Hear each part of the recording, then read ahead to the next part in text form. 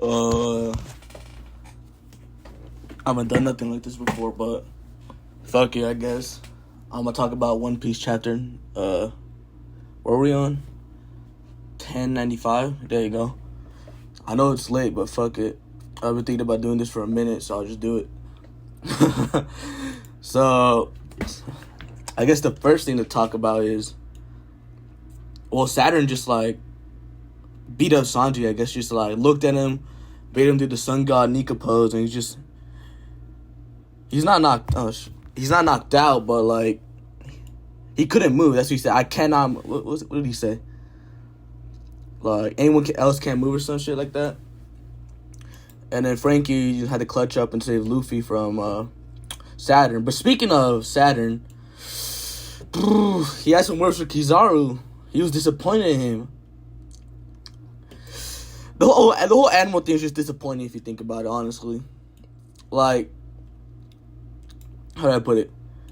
You know, we go into Egghead thinking like Luffy and Kizaru are gonna rematch. Ever since he said he's on his way to Egghead, we're like, oh, it's gonna be a rematch. And Luffy started off like I'm 100 times stronger, so we're thinking like, oh, it's gonna be a fight, and he got one-shotted. Like, he's just on the ground doing like the Zoro crying pose from Brautier, saying I'm never gonna lose again to Saturn. And to be fair, Luffy's out too, but like I was expecting more. Like, obviously he's like holding, I don't want to say he's holding back, but like, what's the word? Like he didn't want to kill Vegapunk. He was obviously trying not to do it because he missed like 50 times, like shooting at him. And it was like, oops. He could have killed Vegapunk easily. He could have killed Usopp. Usopp was choking him. But why is he choking Usopp? He should be on killing Vegapunk. But that's whatever, man.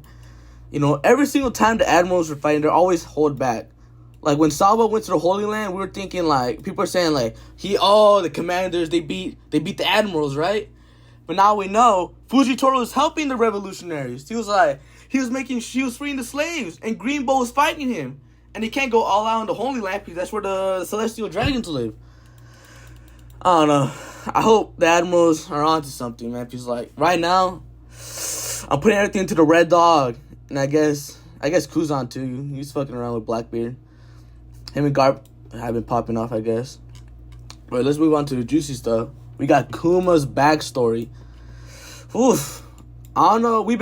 Ever since he got introduced, we've been thinking like, damn, he's got to have something. And here we got it, you know? He's part of a race called the Buccaneers. And he was born on the Sorbet Kingdom, where they said he was a tyrannical leader there. Like, he was like a shitty leader or whatever. But look, he was born a nice kid. Like, he looks like a happy baby here. And you see his mom and dad, you know, it's like, oh, that's a big baby. And we see, like, they were trying to hide their blood. But I guess they had, like, some CP agents in there. And they found out. And they enslaved the whole family. Kuma's dad called Clap, his mom, and himself. And you can see just the Celestial Dragons just mistreating him, beating the shit out of him. And I was like, damn. And then I don't know, you know, his dad just walks in and says, like, hey, your mom's dead. I think she's in a better place now. And that shit was like, that hit. And you see a pic, this like image of Kuma crying and everything. And then here's where like Kuma figures out about the Sun God Nika.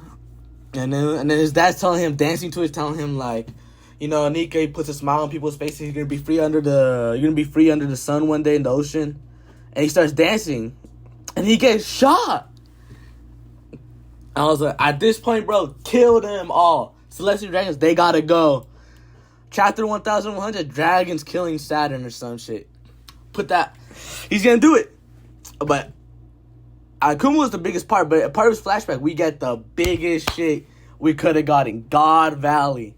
Oda's been hyping this shit up since Wano. I think it's like, we haven't got it hyped like this since Marineford. You know, like this big event we know happened where all the big players, the Rocks, Roger, Garp, and bro, I think I'm recording this before the next chapter comes out. I think it comes out tomorrow. And I haven't looked at the leaks, but I'm saying like this. It says 38 years ago. This is when God Valley happened, and we see Saint Garland just kill the king. You know, they're saying like every 3 years, the world, like the Celestials, they come here and just kill random ass islands that aren't affiliated with the world government, or maybe just like any island too. Like you said, this one was non-government affiliated because they called themselves God Valley, and he just killed Saint Figarland just killed him, and the part of the competition they lost 10,000 points, and Saint Figarland, he was called the champion of God Valley, like they say he won the tournament. And he looks like a young Shanks here. Anyway, he looks like Shanks, bro, with that. No drip, but on this ugly-ass King Louis, that 16th-ass drip. But it's alright, And we're seeing, like, Saturn, like, some guys, some CP agents are telling them, like, hey, Saturn, we captured Kuma. And this flash, and you see, like, the moment where he's, like, on the ground, that's, like, from one, it's one of the it's an old chapter, I think it's like 1074 or something, where like Bonnie sees the memory of Kuma, and like the slaves are telling like, hey, you gotta get your ass back here or we all die. And we see a young Imperial Inca as a slave. That surprised me. Him being a slave, I knew they knew each other for a long time, but him being a slave, that kind of blew me away. And then his younger sister, Ginny, that's Bonnie's mom. It has to be. There's no other thing.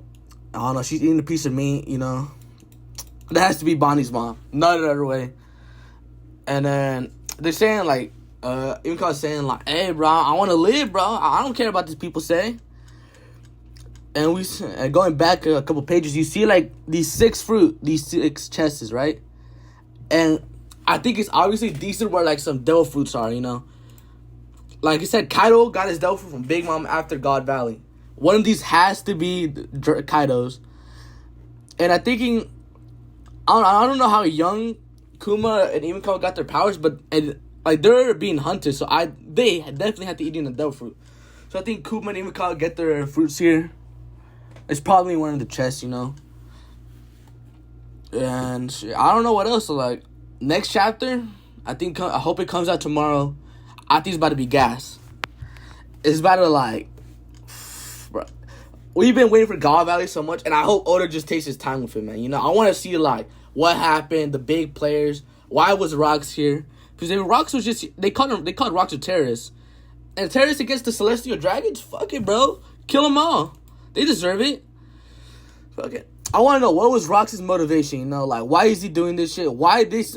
We saw in Kaido's one, like, his stupid-ass little flashback. He saw, I don't think it was Rox, but it said, like, hey, Kaido, we got to go to God Valley now. Something big's happening. And this had to be like the execute, like the, what do you call it, the tournament where they're hunting like the civilians and slaves. But fuck, this is gonna be the ending of it. I hope next chapter goes crazy. I don't even hope. I know it's gonna be crazy, bro. See ya.